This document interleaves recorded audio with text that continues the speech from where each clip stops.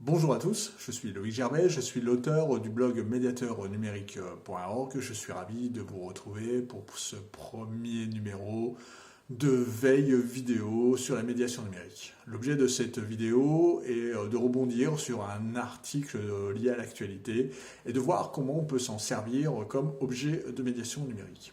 Aujourd'hui, j'ai décidé de m'arrêter sur un article qui parle de l'utilisation des sextoys connectés en temps de confinement. Donc, dans cet article, un jeune couple d'une vingtaine d'années nous explique qu'ils sont chacun confinés chez soi et que du coup, ne pouvant pas se voir, ils ont eu l'idée d'avoir recours à des sextoys connectés pour continuer d'avoir des relations intimes.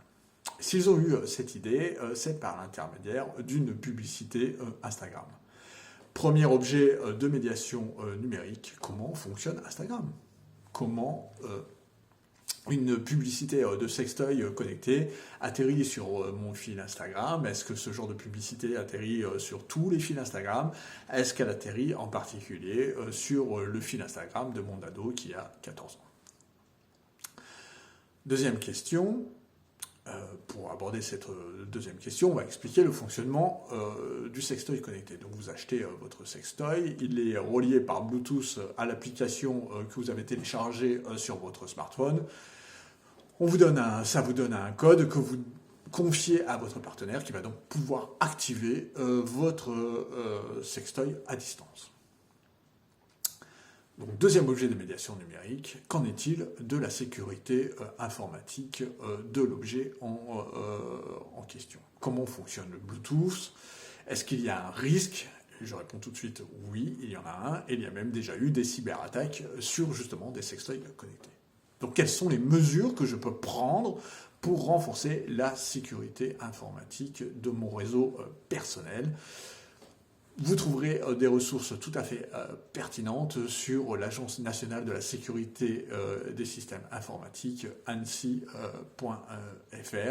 à la rubrique du Cybermois, le mois qui est dédié justement à la cybersécurité, c'est tous les ans au mois d'octobre. Troisième question, ce coup-ci est lié à la collecte des données personnelles. Il s'agit d'un objet connecté et un peu sur le principe du fonctionnement du bracelet que vous mettez pour votre footing, il va collecter des données. Mais quel type de données va-t-il collecter? À qui les envoie-t-il? Évidemment, à la société qui a élaboré le sextoy. Et qu'est-ce qu'en fait cette société après? Donc, comment on peut reprendre le contrôle sur ces données personnelles, qu'on peut même, en l'occurrence, qualifier de données intimes? Voilà, 3 objets de médiation numérique qu'on peut extraire d'un simple article lié à l'actualité. Ça nous montre bien que le numérique est vraiment présent dans tous les aspects de notre vie quotidienne et qu'il y a effectivement besoin de médiation numérique auprès de tous.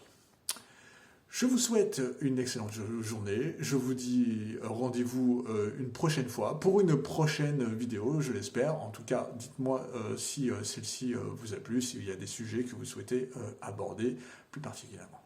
Merci.